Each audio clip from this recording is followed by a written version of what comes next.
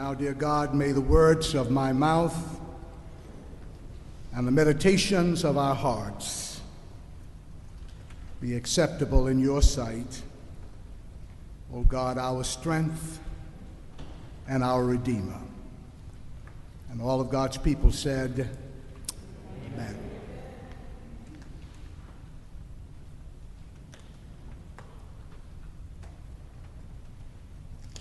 I have had a Sunday ritual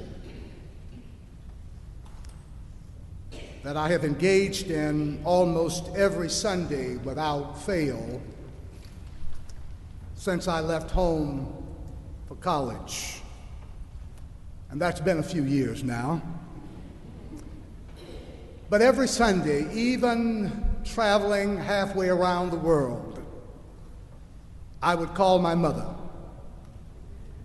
Sometimes a long call, sometimes a very short call, just to check in and see how she was doing, to give her an update on my week, talk about a new friend I had met, a problem, a challenge I was facing, something I had read, maybe a review of what the sermon was about that Sunday, maybe to be silly with her over the phone, or maybe just to engage in a little family gossip. For 45 years or more, that has been my Sunday ritual at some point in the day with my mother. I told Tina and my sisters that I guess I'd have to learn to talk to them more now. I had thought that I might speak at the celebration of my mother's life in Woodward Chapel on the campus of Tougaloo College in Jackson, Mississippi, a few days after Mother's Day. But Tina and my sisters knew it was too tender and too much for me to even attempt. And so I sat quietly and listened gratefully to others who ministered to me. But this Sunday, a few Sundays past Mother's Day, permit me, if you will, for just a brief moment to look back, and maybe you will overhear something on this sixth Sunday of Easter that speaks to you in this, my Mother's Day sermon. Hear again this word that May read from the book of Genesis, the first reading starting with the 19th verse of the 35th chapter of Genesis. Rachel died and was buried near the road to Ephrath, that is Bethlehem. Jacob set up a pillar on her grave. It is the pillar on Rachel's tomb that is still there today. Israel continued his trip and pitched his tent beyond the Tower of Edar. It all began October 25th, 1921. Maybe it was early in the morning, or maybe, or more likely, late in the evening. The midwife was summoned to the home of George and Esther Mace, farmers, landowners in Hinds County, Learned, Mississippi. Esther was giving birth to her 7th child. She would give birth to 5 more children over the next few years, 12 children in that family. But there was something special about this 7th child. When Esther's father, Ralph Lowe, saw this little colored baby, he looked at her little round brown face and curious searching eyes and said, "Esther, you must call this one Queen Esther." For just like the Queen Esther of the Bible, who said, "If I perish, I perish, I'm going to see the King," this one is going somewhere. I see strength, I see determination, I see a force to be reckoned with here. And so it was this little brown baby rose to the occasion, spending her life sometimes rising and sometimes falling, sometimes almost level to the ground, but she became undoubtedly our queen, determined, strong, and yes, a force to be reckoned with. Once her mind was made up, there was no changing it. My father and my sisters, we all have war stories about going up against my mother. She made up her mind that she didn't want to live in the Delta of Mississippi anymore after 40 years of living and working there. My father didn't want to leave the Delta and resisted the move. But my mother, without argument, without debate, without even an announcement, moved a trailer to the family farm 100 miles away, and my father kind of got the message and started coming down to visit. And after a few years, he finally really got the message and joined her and built a home there. She could really be kind of what you would say passive-aggressive, in that she didn't always tell you directly what she was thinking or where she was going. But if you resisted, it was sort of like being up against a big elephant. You could push back all you want, but after a while, you find yourself moving in her direction. The first in her family to go to college, and every child that came after her, and largely through her efforts, also went to college. Mom loved to cook and sew and make beautiful things. She loved the great outdoors. She learned to grow things and prepare a whole meal out of her garden. She loved to hunt and fish and ride horses, take care of the farm animals.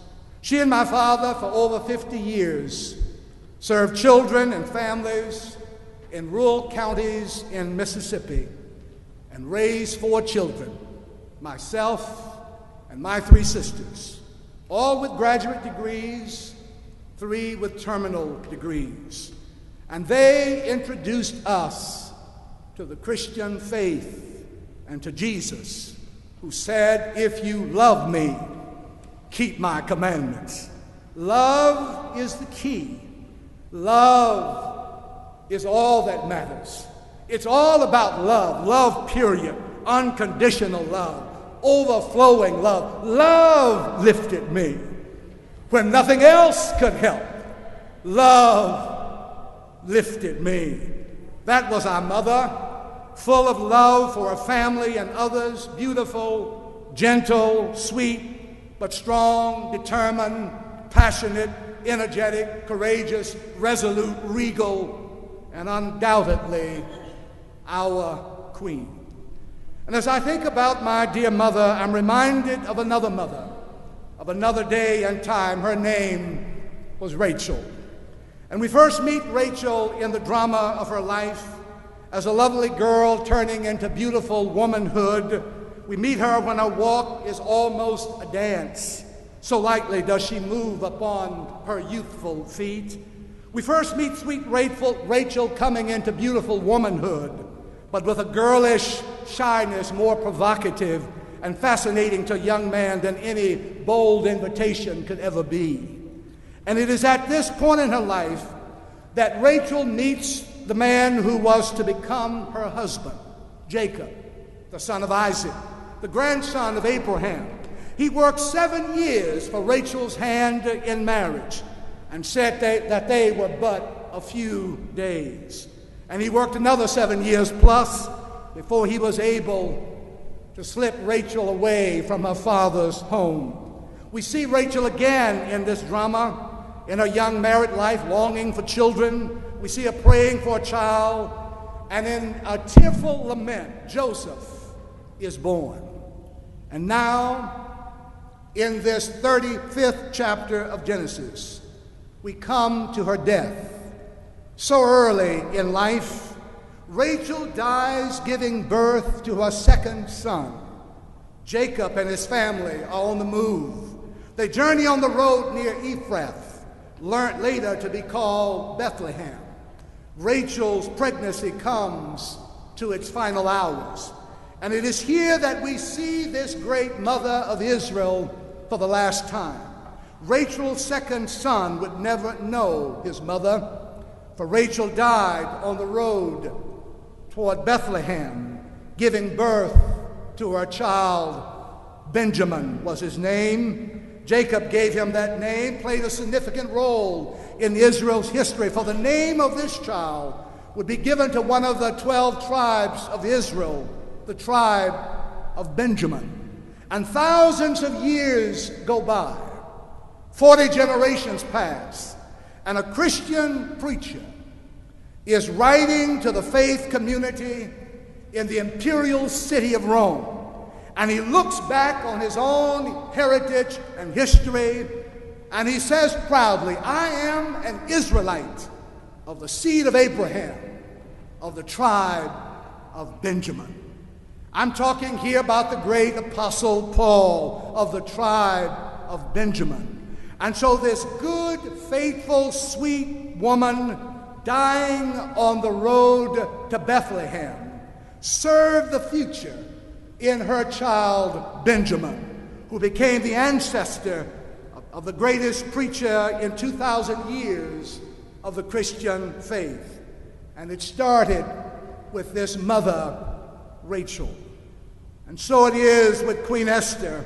Her living has not been in vain. In her quiet, sweet, gentle, passive-aggressive, courageous, resolute, and regal way, she has passed something on to us all. And you can see it now in her children and grandchildren, an extended family and friends and students and strangers. Her influence lives in the lives of many. And listen, my friends, we all in many ways are privileged to serve the future. There's no nobler opportunity in life than this, than to serve the future. The question is, what are you serving? What am I serving? What are we giving our attention, our time, our talents, our treasure, our energy, our efforts to? Some serve their bodies, and all they have to show are some pretty clothes, soon soiled, soon torn, soon out of style. Some are serving gossip. Some are serving confusion. Some are serving fault-finding. Some are serving sarcasm and lying and stealing and filth and laziness. But thank God we may serve the future and leave behind footprints on the sands of time. That was my mother. That is my mother. A friend, a few days after my mother's death, sent me this powerful poem by Louise Edrich. It's in your bulletin that we used at the celebration of her life. It reads, life will break you. Nobody can protect you from that, and living alone won't either. For solitude will also break you with its yearning. You have to love. You have to feel. It's the reason you are here on earth. You have to risk your heart.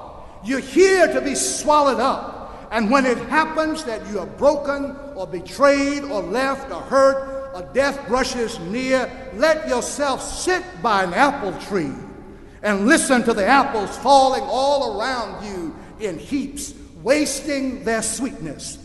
Tell yourself you tasted as many as you could. That was Queen Esther. That was my mother. When sweet Rachel died, Jacob expressed one of the noblest of human gifts, that of grateful remembrance. He set up a pillar of stones to mark and remember the place where Rachel died, to always remember that this was the place. And so I'm saying to myself and to my sisters and to my family, remember, we got to remember. We got to remember, tell the stories and remember. Remember and be grateful. Remember how our mother and grandmother loved us and supported us and cared for us and understood us and stood by us. Remember and be grateful. Remember how she prayed for us even when we didn't have sense enough to pray for ourselves. Remember how she believed in us and understood us and went out of her way to give us a chance. Remember and be grateful. Go ahead and let the memories flood. It's a beautiful gift to be able to remember. Just remember and be grateful. But listen, not only did Jacob remember and was he grateful, the text said he traveled and spread his tent beyond the tower of Edom. In other words, he went on living. He remembered and gave grateful thanks, but then he went on living. He shed some tears.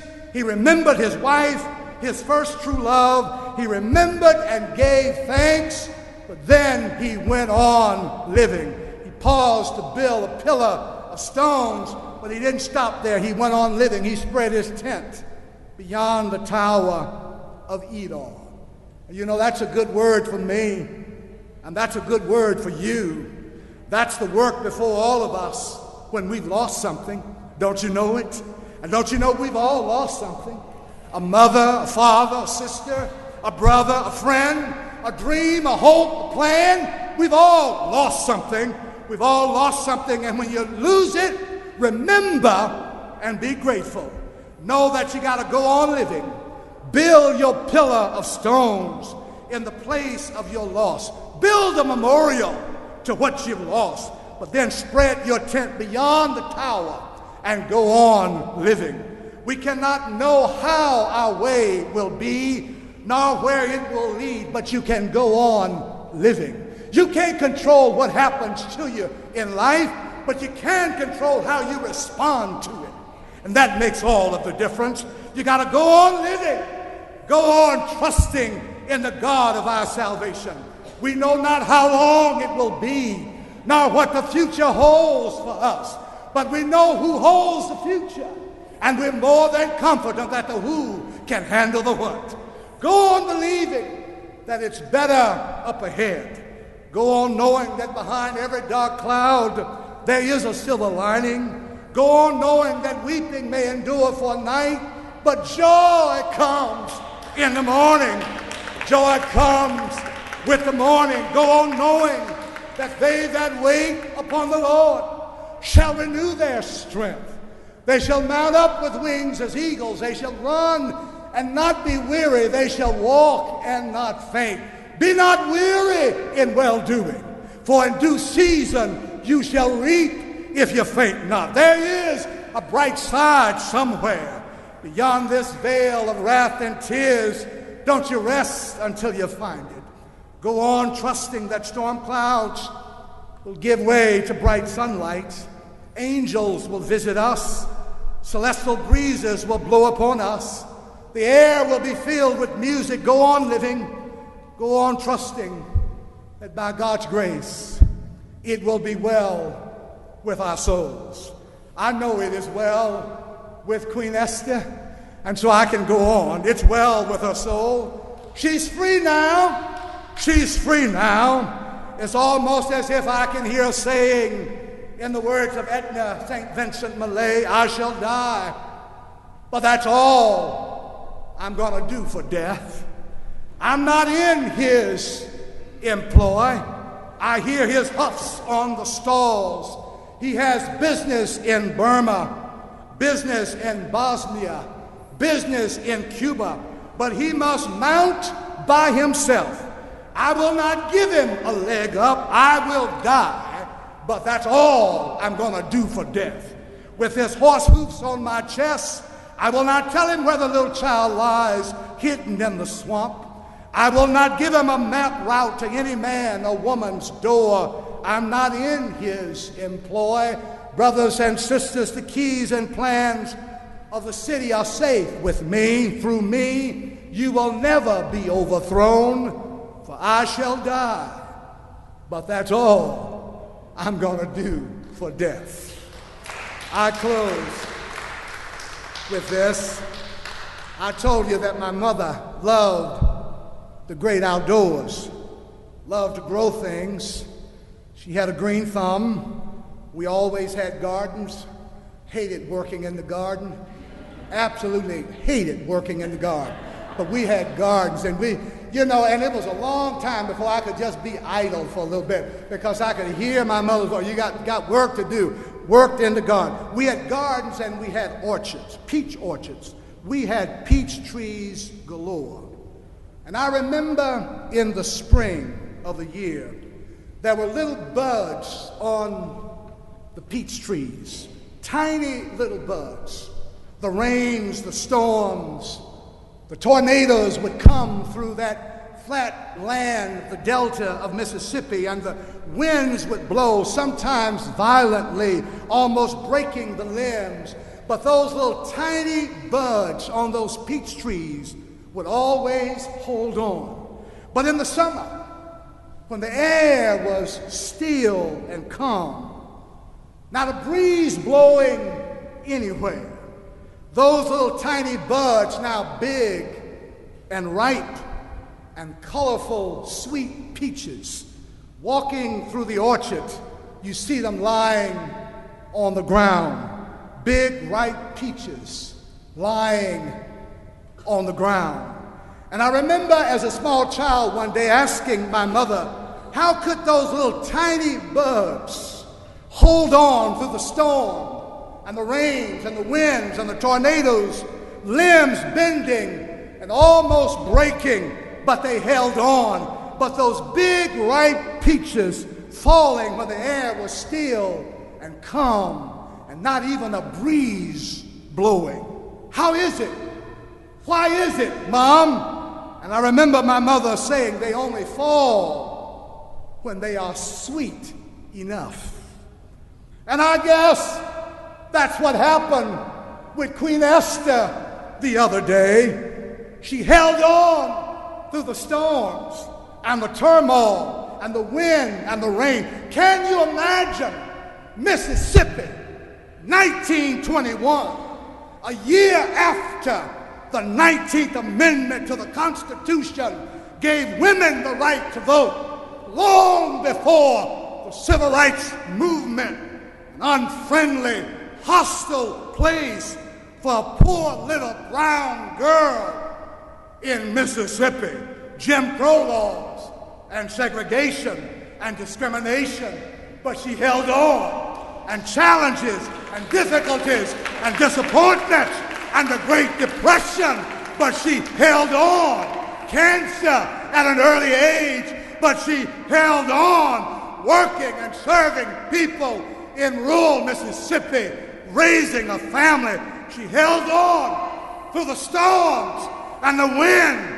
But the other day, full and ripe at 92 years of age, the air was calm and there was not a breeze blowing. And quietly and sweetly, she fell to the ground. I guess God said,